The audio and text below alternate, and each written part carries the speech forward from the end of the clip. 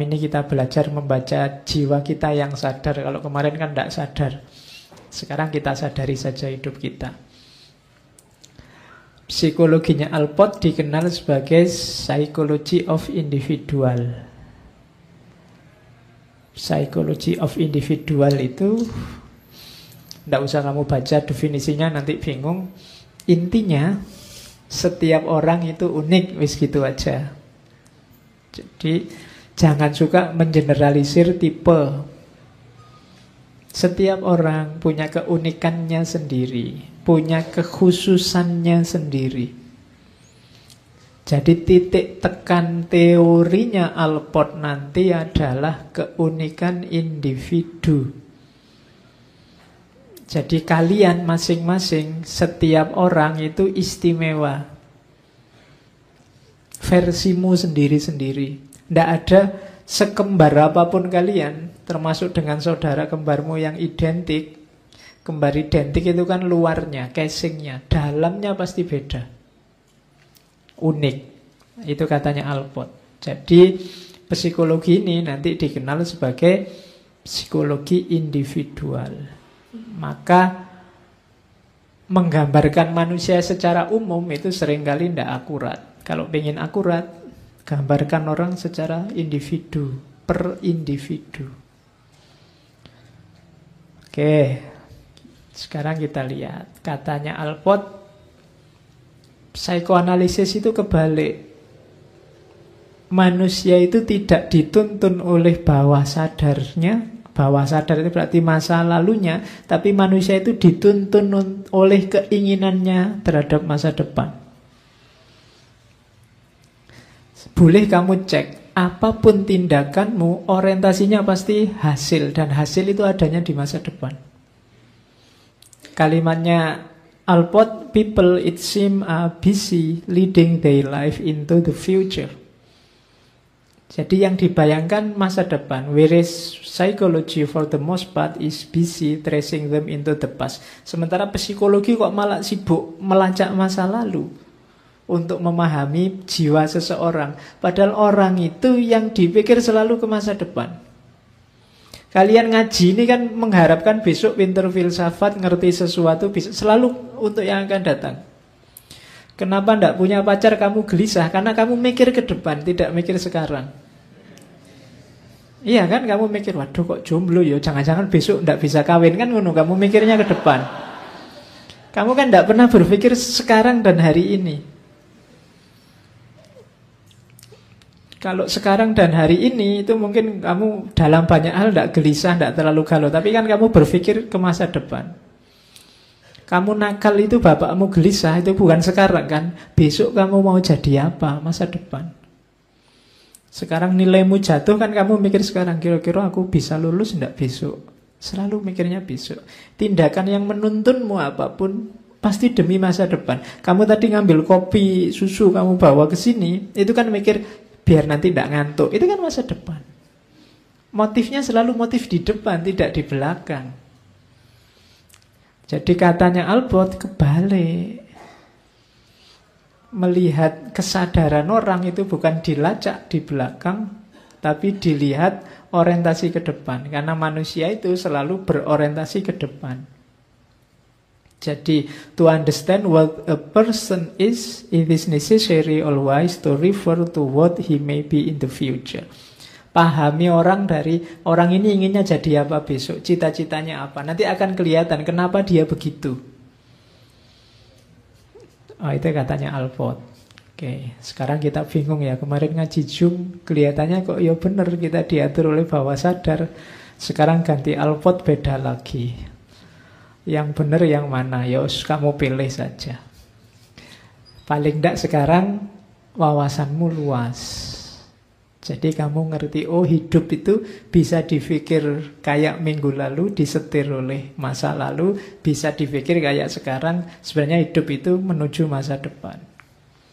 Yang benar yang mana Pak? Lihat situasinya. Saya sering bilang ilmu itu kayak senjata.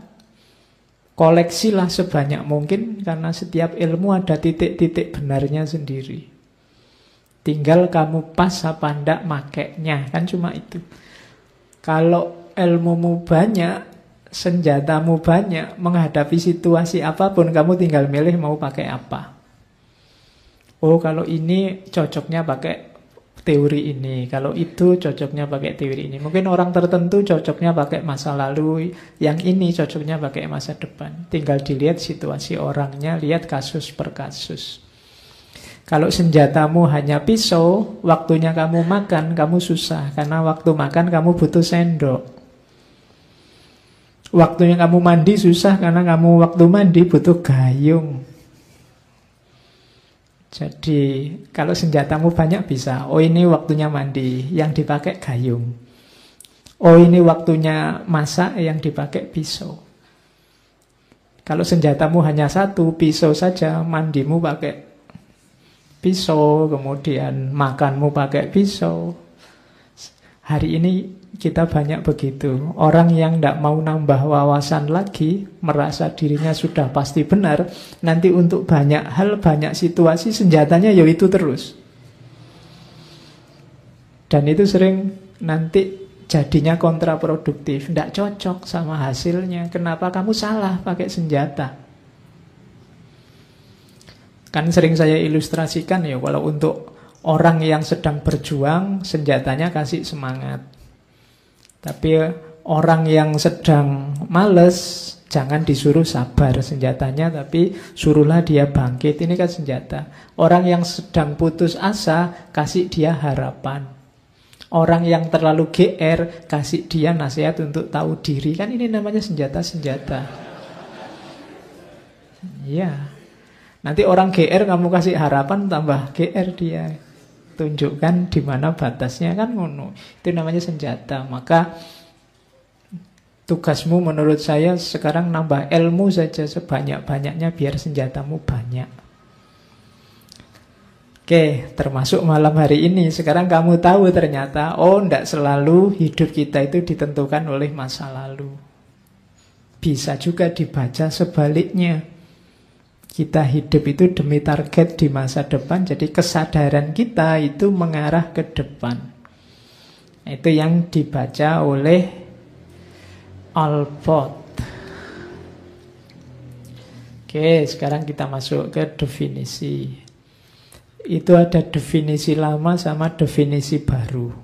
Alport ini orangnya aktif, reflektif. Kalau bahasa filsafat dia termasuk juga eklektis. Eklektis itu dia ngambil dari banyak sumber. Maka dia bolak-balik merevisi definisinya. Kabarnya ketika dia mendefinisikan kepribadian saja, itu direvisi sampai 49 kali. Bayangkan kalau kalian kan ada definisi langsung mbok apalkan. Kalau Alport tidak, dikritisi sampai 49 kali. Makanya yang atas sama yang bawah itu separuhnya sama, tapi di bagian belakang beda. Meskipun maksudnya sama. Jadi katanya Alport, kepribadian itu organisasi dinamis dari sistem psikofisik yang menentukan penyesuaiannya yang unik terhadap lingkungan. Saya tidak yakin kamu paham. Ya. Tidak usah dihafalkan, makanya wong kamu tidak paham. Yang kedua, diubah yang belakang, karakteritis, perilaku, dan pemikirannya. Ini saya lewati karena susah dipahami. Kita potong-potong definisi itu biar jelas maksudnya Alport. Apa sih kepribadian itu? Kepribadian itu dynamic organization. Tadi kan organisasi dinamis.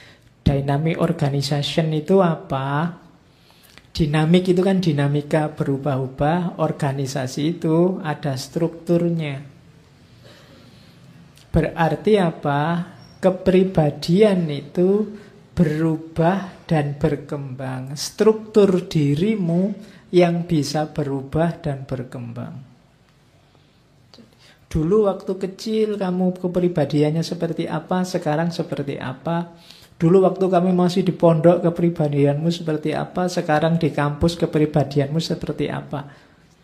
Dulu kamu sabar, sekarang kok ngamuan. Itu biasa. Kenapa? Dynamic organization. Jangan dikira kepribadianmu itu paket jadi. Enggak, dia sifatnya dinamis.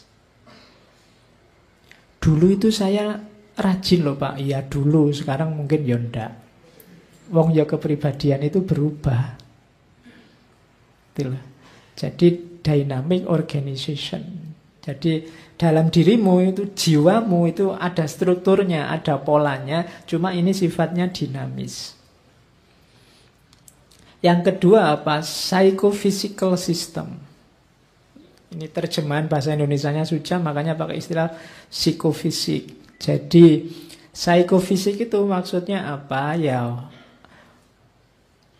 kepribadianmu itu utuh hubungannya antara lahir dan batin. Jadi kepribadian itu tidak cuma batin saja atau lahir saja, dua-duanya. Kepribadianmu baik itu berarti kalau jiwamu baik, lahirnya juga baik. Contohnya tadi misalnya rajin. Pak, saya itu rajin loh Pak. Oh iya, saya percaya. Kenapa? Karena setiap kali kuliah kamu datangnya paling awal. Nah, itu kan dalam jiwanya ada kerajinan, lahirnya juga rajin. Maka namanya psikofisik. Lahir dan batinnya sama. Katanya cinta, tapi kok cuek. Mungkin belum psikofisik. Belum utuh, berarti masih setengah. Kalau cinta ya peduli biasanya. Kalau tidak peduli biasanya tidak cinta.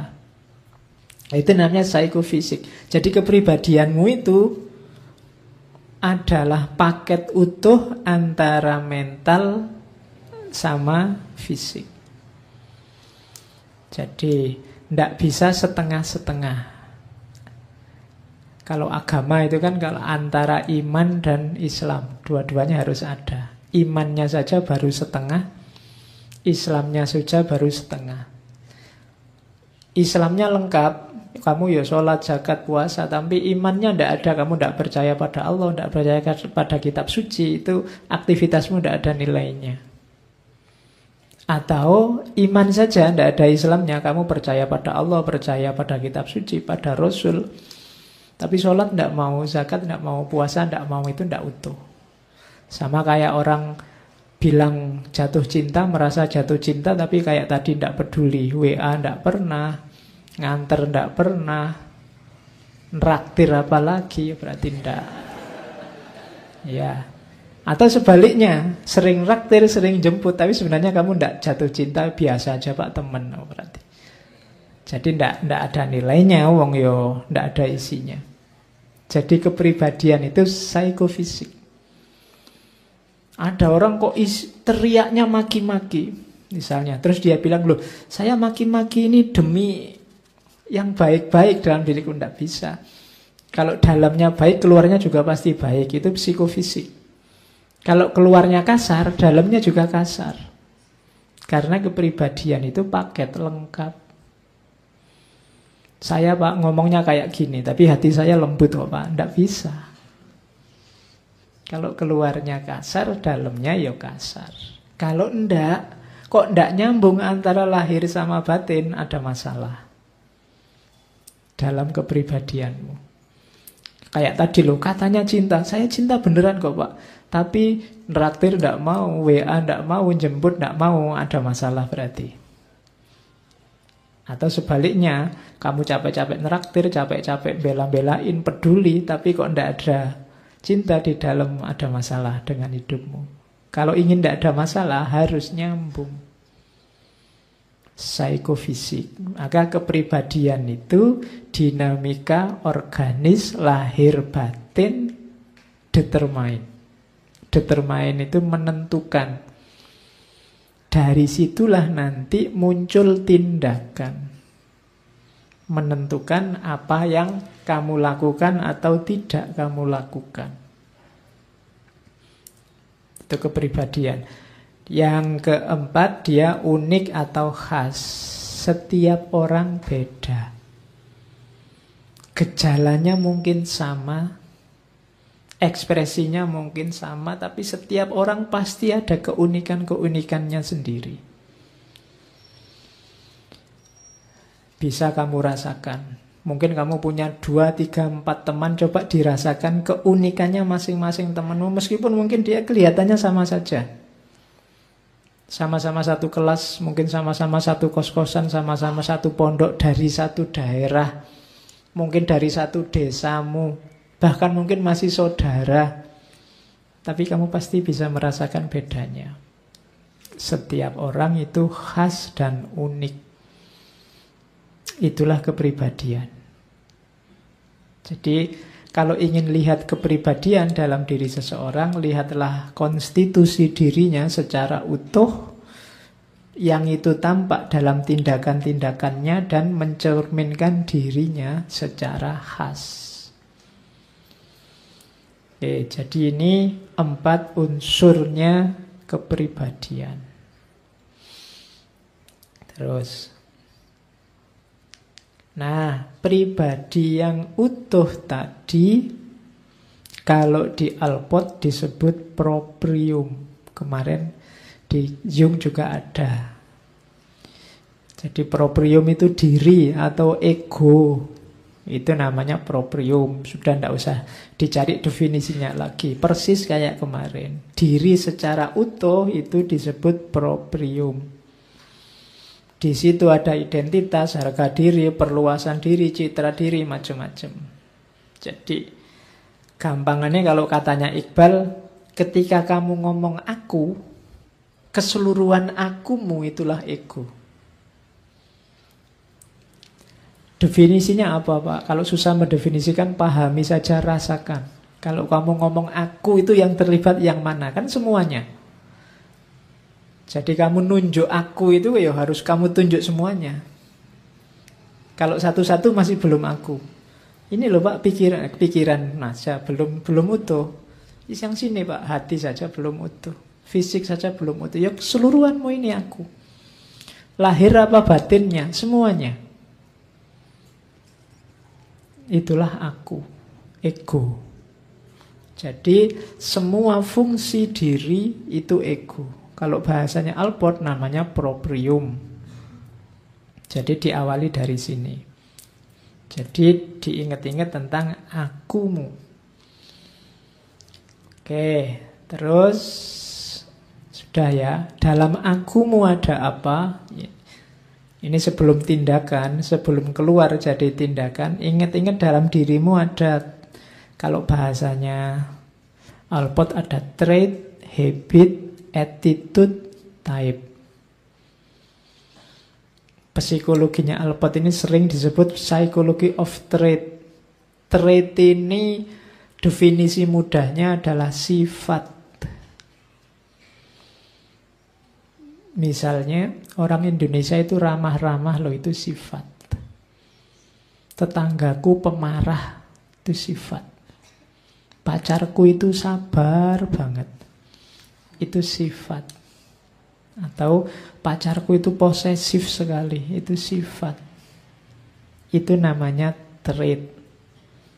Jadi kalau trait itu namanya predisposisi. Predisposisi itu semacam karakter yang ada dalam dirimu sebelum diekspos keluar. Itu sifat. Karena kamu penyabar orangnya, ya nanti keluarnya jadi kesabaran. Jadi ini menghadapi peristiwa apapun, dia keluarnya sama, itu sifat. Orang penyabar itu ketemu fenomena A ya sabar, ketemu fenomena B ya sabar, ketemu fenomena C ya sabar. Itu namanya trait. Berarti wataknya begitu. Bolak-balik kok gitu terus, mungkin memang wataknya begitu. Sifat. Ada lebih kecil dari sifat itu habit. Habit kamu mendefinisikannya kebiasaan. Iya. Kebiasaan itu ya yang biasa kamu lakukan, merespon hal yang sama dan responmu selalu sama. Itu namanya kebiasaan. Kebiasaanmu ngaji ini datang paling awal karena mau nyari tiang buat sendenan, kemudian selalu begitu terus, duduknya selalu di situ, itu kebiasaan. Dari beberapa kebiasaan nanti orang akan tahu sifatmu. Mungkin dari tadi selalu di kelas juga begitu, kamu datang paling awal, terus orang, oh berarti kamu ini anaknya rajin atau anaknya tertib. Nah, orang tahu sifat itu biasanya dari kebiasaan. Jadi ada bedanya. Kalau kebiasaan satu saja itu insidental, mungkin belum melambangkan sifat. Tapi beberapa kebiasaan akan menunjukkan, oh sifatmu begitu. Sifatnya memang itu. Oke, jadi itu kebiasaan. Misalnya, ini kalau di WA tidak pernah bales. Kemudian kalau ditelepon nggak diangkat-angkat. Nah, itu kan selalu begitu. Terus, oh berarti sifatmu itu tidak akrab dengan HP misalnya. Nah, itu trait, sudah jadi sifat. Dari kebiasaan-kebiasaan terus tumbuh jadi sifat. Kalau di situ tak contohkan misalnya anak kecil punya sifat kebersihan. Dari mana ini disimpulkan? Dia itu kalau gosok gigi sehari 3 kali. Atau ada nggak di sini yang 3 hari sekali? Kebalikannya. Ada yang cuci tangan sebelum makan, cuci kaki sebelum tidur. Dibiasakan gitu terus, keseluruhan hidupnya tertib begitu terus. Oh anak ini suka ketertiban, oh anak ini suka kebersihan. Jadi dari beberapa kebiasaan tergambar sifatmu. Itu bedanya trait sama habit. Manusia itu nyawanya di kebiasaan. Makanya kalau kembali ke filsafat akhlak, Ghazali, Ibnu Miskaweh, sifat itu nanti yang baik-baik, yang disebut akhlak, itu tumbuhnya antara lain dari kebiasaan. Maka harus kamu biasakan. Biar apa? Biar dia jadi sifat. Ada pembiasaan. Kalau sudah jadi sifat, mengakar itu, misalnya yang mengakar ini kebaikan, jiwamu kalau melakukan kejelekan itu enggan. Tapi kalau kamu biasakan kejelekan, jiwamu kalau melakukan kebaikan, tidak enak rasanya.